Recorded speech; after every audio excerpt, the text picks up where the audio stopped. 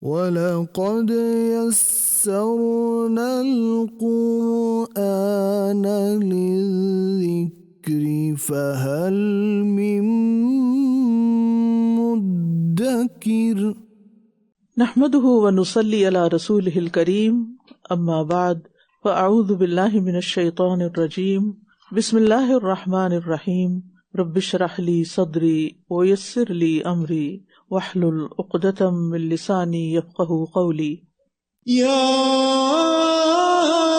أيها الذين آمنوا كتب عليكم الصيام كما كتب على الذين من قبلكم لعلكم تتقون أياما معدودات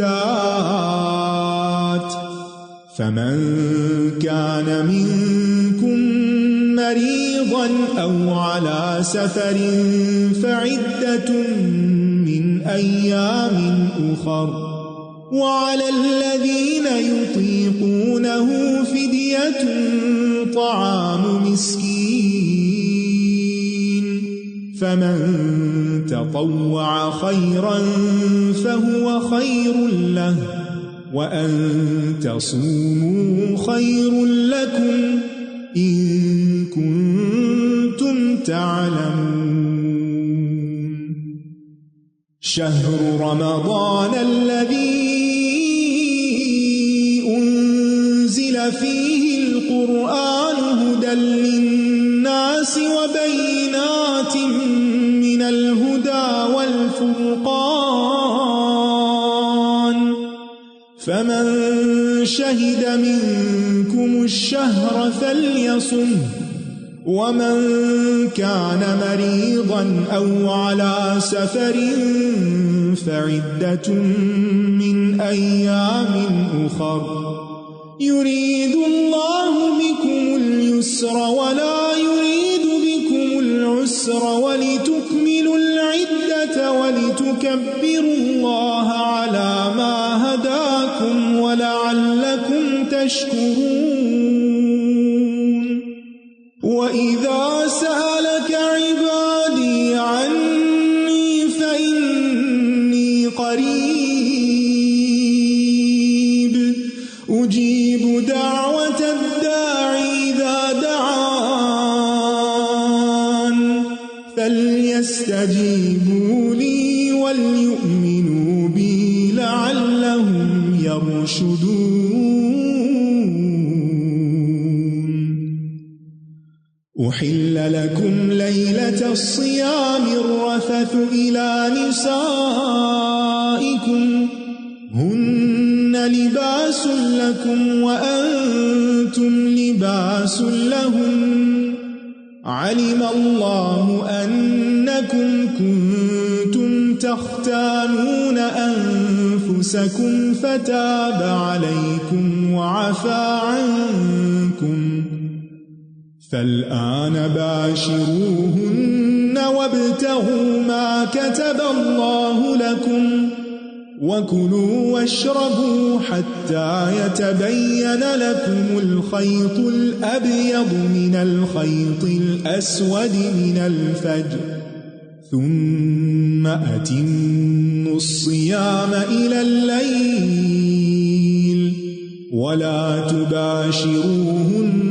وأنتم عاكفون في المساجد تلك حدود الله فلا تقربوها كذلك يبين الله آياته للناس لعلهم يتقون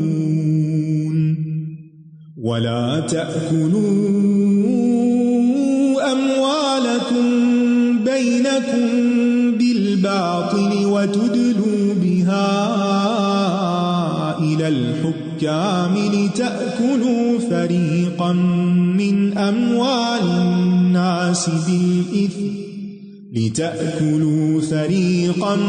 من أموال الناس بالإثم وأنتم تعلمون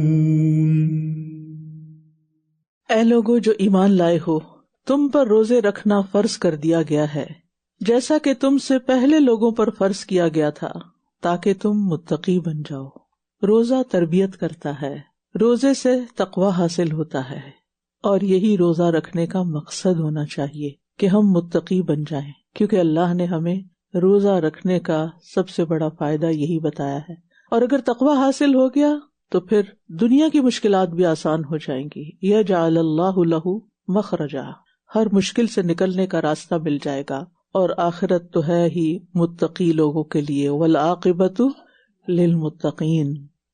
اور روزہ رکھنا اللہ سبحانہ تعالیٰ کے ہاں بہت ہی پسندیدہ عمل ہے، اور اس کی جزا بہت بڑی ہے، اجر و ثواب بہت بڑا ہے۔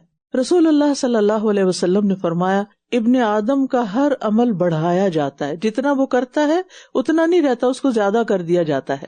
نیکی 10 گنا سے 700 گنا تک بڑھا دی جاتی ہے۔ اللہ تعالیٰ نے فرمایا، سوائے روزے کے، کیونکہ وہ میرے لیے ہے اور میں ہی اس کی جزا دوں گا۔ اس کا اجر نہیں بتایا گیا، وہ بے حساب ہوگا، کیونکہ صبر کا اجر بے حساب ہے، اور روزہ صبر ہی صبر ہے۔ وہ میری خاطر اپنی خواہش اور اپنا کھانا پینا چھوڑ دیتا ہے، اللہ کی خاطر، اللہ سے ڈرتے ہوئے۔ روزہ دار کے لیے 2 خوشیاں ہیں، ایک خوشی اس کے روزہ افطار کرنے کے وقت کی، اور دوسری خوشی اپنے رب سے ملاقات کے وقت کی۔ تو جب روزہ افطار کریں ہر روز انشاءاللہ آئندہ رمضان میں، اس خوشی کو محسوس کریں، اور جب افطاری کے وقت خوشی ہو رہی ہو کھانے پینے سے، تو اس حصی یا مادی یا اس وقتی خوشی کو امیجن کریں کہ جب اللہ سے ملاقات ہوگی، اللہ کا دیدار ہوگا، تو پھر خوشی کا کیا عالم ہوگا۔ یہاں روزہ رکھوں گی، افطار کروں گی، خوشی ہوگی، تو اس کے بدلے میں اللہ سبحانہ وتعالیٰ وہاں کی بڑی خوشی عطا کرے گا۔ تو آپ نے ہر افطاری کے وقت اللہ سبحانہ وتعالیٰ سے ملاقات کو یاد کرنا ہے، اور پھر دعا بھی کرنی ہے، افطار کے وقت خاص دعا کرنی ہے۔ وَأَسْأَلُكَ لَذَّةَ النَّظَرِ إِلَىٰ وَجْهِكَ وَالشَّوْقَ إِلَىٰ لِقَائِكَ، اللہ میرے اندر یہ شوق پیدا کر دے کہ میں تجھ سے ملاقات کروں۔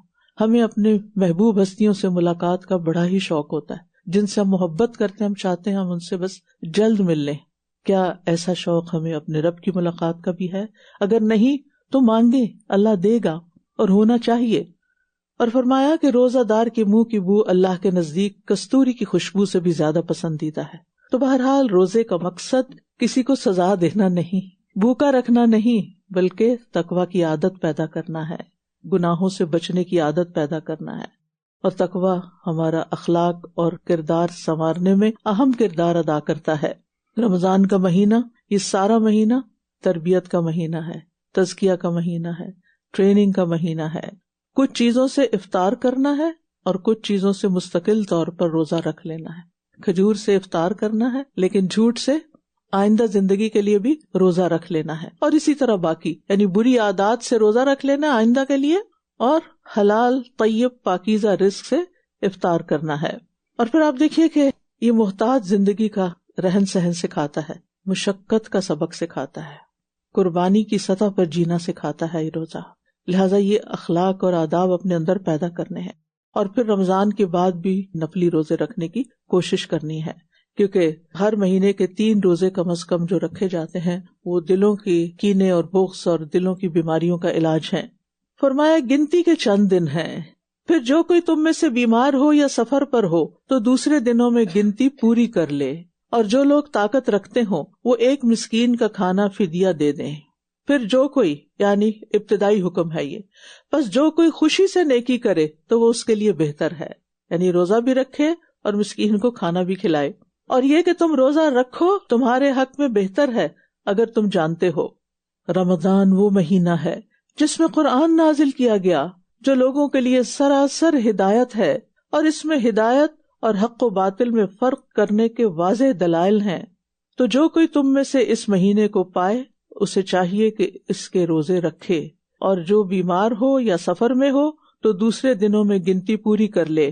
اللہ تمہارے ساتھ آسانی چاہتا ہے، اور وہ تمہارے ساتھ تنگی کا ارادہ نہیں رکھتا، تمہیں تنگ نہیں کرنا چاہتا، بھوکا نہیں رکھنا چاہتا، وہ تمہیں کچھ سکھانا چاہتا ہے، کچھ چیزوں کو چھوڑ کر تمہیں کچھ دینا چاہتا ہے۔ جو چھوڑو گے وہ چھوٹا ہے، تھوڑا ہے، اور جو اس کے بدلے پاؤ گے وہ بہت بڑا ہے۔ چند گھنٹوں کی بھوک کے عوض اللہ سے بے پناہ اجر مل جائے، اس سے بڑا سودا کیا ہو سکتا ہے؟ اور تاکہ تم گنتی پوری کر لو، لہذا گنتی پوری کرنا ضروری ہے. یہ نہیں کہ جو چھٹ گئے روزے کا ہم نے کوئی جان بوجھ کے تو نہیں چھوڑے تھے، وہ پیریڈز آ گئے تھے اس لیے چھٹ گئے. نہیں، پیریڈز میں چھوٹے ہوئے روزے بھی دوبارہ رکھنے ہوتے ہیں. اگر آج تک آپ نے نہیں رکھے تو حساب کتاب کر کے رکھنا شروع کر دے، اور تاکہ جو اس نے تمہیں ہدایت بخشی یعنی قرآن کی شکل میں تم اس پر اللہ کی بڑائی بیان کرو، اور تاکہ تم شکر ادا کرو.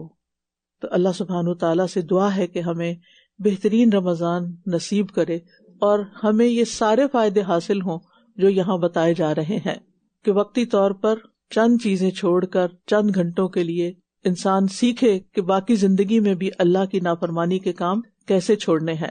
قرآن بندے پر اللہ کا انعام ہے، اور روزہ بندے کی طرف سے اس انعام کا عملی اعتراف ہے، شکر ہے. روزے کے ذریعے انسان اپنے آپ کو اللہ کی شکر گزاری کے قابل بناتا ہے، اور اپنے اندر یہ صلاحیت پیدا کرتا ہے کہ وہ قرآن کے بتائے ہوئے طریقے کے مطابق دنیا میں تقوی والی زندگی بسر کرے. روزہ شہوات کو توڑنے کا ذریعہ ہے، اور قرآن شبہات کو دور کرنے کا ذریعہ ہے، اور یہ دو چیزیں انسان سے دور ہو جائیں تو انسان کو تقوی حاصل ہو جاتا ہے.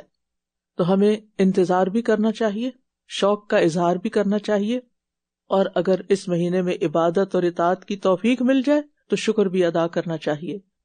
پھر فرمایا، اور جب میرے بندے آپ سے میرے بارے میں سوال کریں تو بے شک میں قریب ہوں، میں پکارنے والے کی پکار کا جواب دیتا ہوں جب بھی وہ مجھے پکارے. لہٰذا انہیں چاہیے کہ وہ میری بات قبول کریں اور مجھ پر ایمان لائیں تاکہ وہ ہدایت پائیں. تو یاد رکھیے کہ اللہ سبحانہ تعالی ہم سے قریب ہے، اور خاص طور پر رمضان عبادت کا مہینہ ہے تو دعا کی عبادت کو نہ بھولیں. رمضان میں دل نرم ہوتے ہیں، اور جب انسان بھوک کی حالت میں ہوتا ہے تو دل نرم ہو جاتے ہیں، اور ایسی حالت میں دعا زیادہ قبول ہوتی ہے جب انسان کے اوپر مسکینی اور عاجزی اور کمزوری طاری ہوتی ہے. کمزوروں کی دعا زیادہ سنی جاتی ہے. اور پھر جو شخص کسی مصیبت کے نازل ہونے پر، کسی تکلیف کے موقع پر عاجزی نہیں کرتا، اللہ کی طرف رجوع نہیں کرتا، تو وہ دراصل اللہ کی رحمت سے دور ہو جاتا ہے. تو شعوری طور پر، خصوصی طور پر رمضان میں دعائیں کرنی ہے، اور اس کی پہلے سے پلاننگ کر کے رکھیں.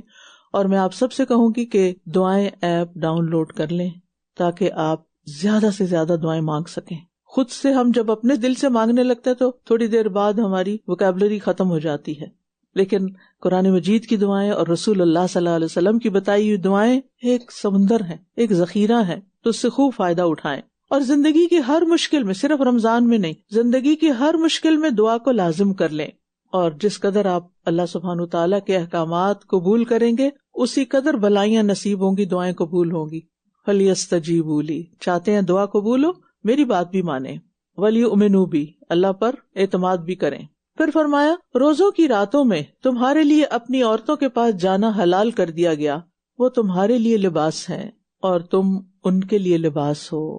میاں بیوی ایک دوسرے کا پردہ ڈھانکنے والے ہوتے ہیں، ایک دوسرے کے لیے زینت کا باعث ہوتے ہیں، ایک دوسرے کے لیے انس کا باعث ہوتے ہیں، سکون کا باعث ہوتے ہیں. ان رشتوں کا احترام کریں اور صبر سے کام لیتے ہوئے ایسے کام نہ کریں کہ جو ان رشتوں کے درمیان خلا پیدا کر دے، دوری پیدا کر دے اور دلوں سے احترام اور محبت ختم ہو جائے. اللہ جانتا ہے کہ تم اپنے نفسوں سے خیانت کر رہے تھے، یعنی رمضان کی راتوں میں اپنی بیویوں کے پاس جا کر، تو اس نے تم پر مہربانی کی اور تمہیں معاف کر دیا کیونکہ بھول چوک تھی، حکم معلوم نہیں تھا. بس اب تم ان سے مباشرت کر لیا کرو، اور جو اللہ نے تمہارے لیے لکھ رکھا ہے اسے تلاش کرو، اور کھاؤ اور پیو یہاں تک کہ تمہارے لیے فجر کے وقت صبح کی سفید دھاری رات کی سیاہ دھاری سے واضح ہو جائے. پھر رات تک روزہ پورا کرو، اور جب تم مسجدوں میں اعتکاف کی حالت میں ہو تو ان سے مباشرت نہ کرو، یہ اللہ کی حدود ہیں، بس ان کے قریب بھی نہ جانا. اللہ اسی طرح اپنی آیات لوگوں کے لیے کھول کھول کر بیان فرماتا ہے تاکہ وہ بچ جائیں. روزے کا احترام ضروری ہے. روزے کے دوران شوہر اور بیوی کا جسمانی تعلق ممنوع ہے، یہ اللہ کی حدود ہیں، ان کو توڑنا نہیں چاہیے. لیکن رات کو اجازت ہے، یہ رخصت ہے. اور پھر یہاں کھانے پینے کی بھی بات کی گئی، کھاؤ اور پیو. گویا اللہ کے حکم سے رمضان میں کھانا پینا یعنی سحری کرنا، افطاری کرنا، یہ بھی ایک عبادت ہے، اللہ تعالیٰ ہمارے لیے پسند کرتا ہے. ہمارا دین ایسا نہیں کہ جو ہمارے لیے اتنی مشقت کا باعث ہو کہ ہم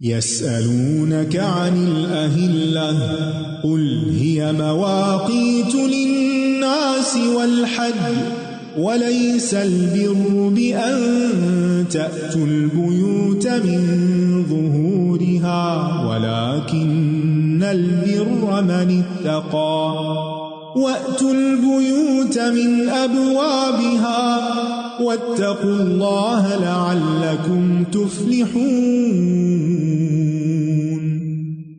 وقاتلوا في سبيل الله الذين يقاتلونكم ولا تعتدوا إن الله لا يحب المعتدين واقتلوهم حيث ثقفتموهم وأخرجوهم من حيث أخرجوكم والفتنة أشد من القتل ولا تقاتلوهم عند المسجد الحرام حتى يقاتلوكم فيه فإن قاتلوكم فاقتلوهم كذلك جزاء الكافرين فإن انتهوا فإن الله غفور رحيم وقاتلوهم حتى لا تكون فتنة ويكون الدين لله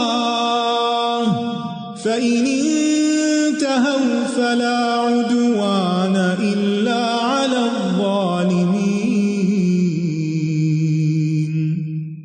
الشهر الحرام بالشهر الحرام والحرمات قصاص فمن اعتدى عليكم فاعتدوا عليه بمثل ما اعتدى عليكم واتقوا الله واعلموا أن الله مع المتقين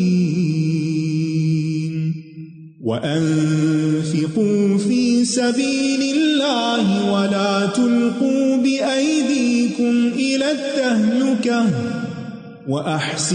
وأحسنوا إن الله يحب المحسنين وأتموا الحج والعمرة لله فإن أحصرتم فما استيسر من الهدي ولا تحلقوا رؤوسكم حتى يبلغ الهدي محله فمن كان منكم مريضا أو به أذى من رأسه ففدية من صيام أو صدقة أو نسك فإذا أمنتم فمن تمتع بالعمرة إلى الحج فما استيسر من الهدي فمن لم يجد فصيام 3 أيام في الحج و7 إذا رجعتم تلك 10 كاملة ذلك لمن لم يكن أهله حاضر المسجد الحرام واتقوا الله واعلموا أن الله شديد العقاب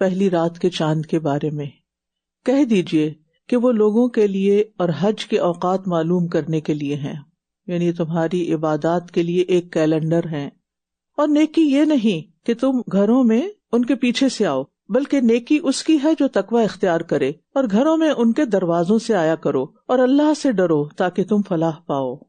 وَلَٰكِنَّ الْبِرَّ مَنِ اتَّقَىٰ، یہاں دور جاہلیت کی کچھ رسموں کے بارے میں بات کی جا رہی ہے کہ ان رسم و رواج میں نیکی نہیں ہے، بلکہ نیکی تو اللہ کے تقوی میں ہے، اور اللہ تقوی والے دل میں حکمت پیدا کر دیتا ہے، اور تقوی فلاح کا باعث ہے. وَاتَّقُوا اللَّهَ لَعَلَّكُمْ تُفْلِحُونَ، اور اللہ کی راہ میں ان لوگوں سے لڑو جو تم سے لڑتے ہیں، اور زیادتی نہ کرو، بے شک اللہ زیادتی کرنے والوں سے محبت نہیں کرتا.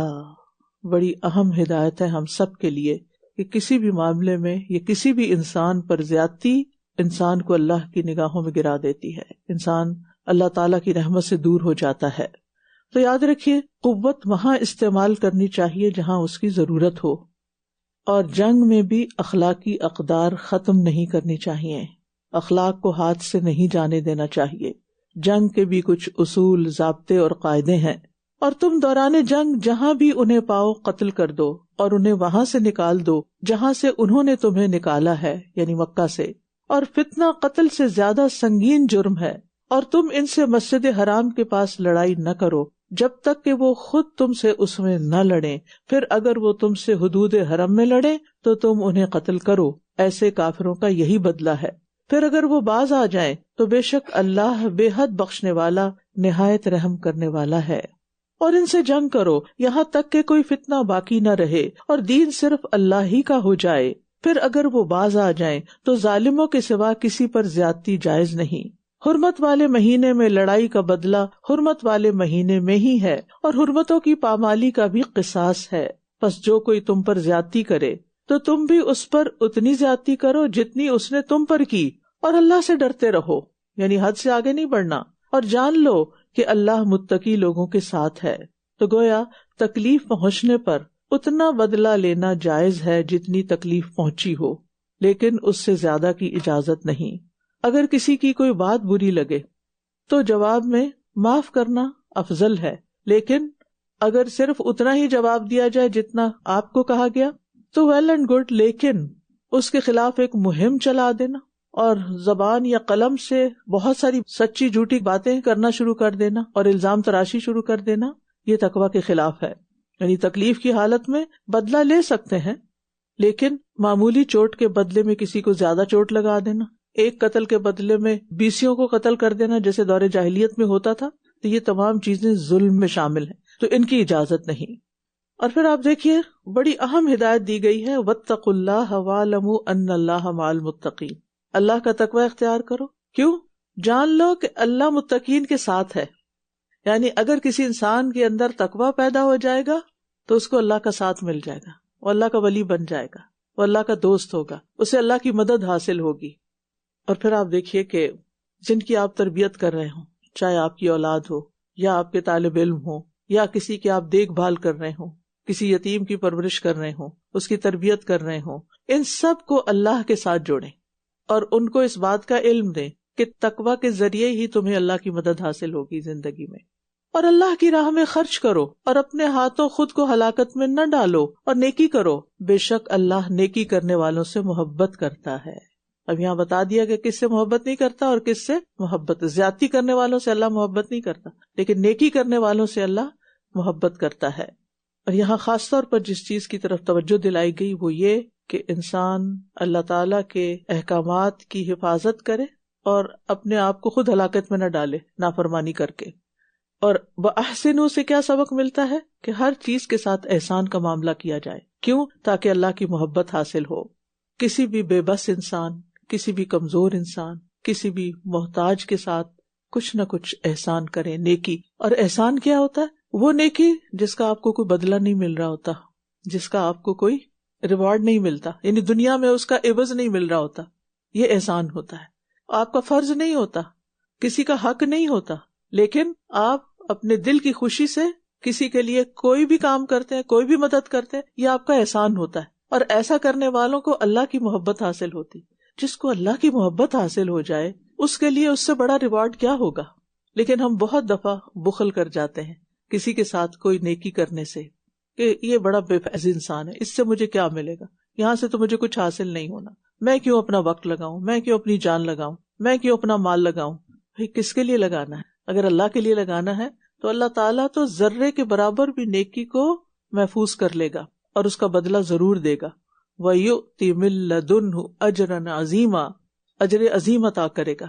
جتنی خالص اللہ کے لیے ہوگی وہ نیکی اتنا ہی بڑا بدلہ ملے گا، صرف آخرت میں نہیں، دنیا میں بھی خیر آئے گی سامنے. اور حج اور عمرہ اللہ کے لیے پورا کرو، پھر اگر تم روک دیے جاؤ تو جو قربانی میسر ہو کر لو، اور اپنے سر نہ منڈواؤ جب تک کہ قربانی اپنے ٹھکانے پر نہ پہنچ جائے. پھر تم میں سے جو بیمار ہو یا اس کے سر میں کوئی تکلیف ہو اور وہ سر منڈوا لے تو روزے یا صدقے یا قربانی میں سے کوئی ایک فدیہ دے دے. پھر جب تم امن میں آ جاؤ تو جو کوئی حج کا وقت آنے تک عمرے کا فائدہ اٹھائے تو جو قربانی میسر ہو کر لے. پھر جو نہ پائے تو دوران حج 3 دن کے روزے رکھے اور 7 دن کے روزے اس وقت رکھے جب تم گھروں کو واپس لوٹ جاؤ. یہ پورے 10 دن ہو گئے.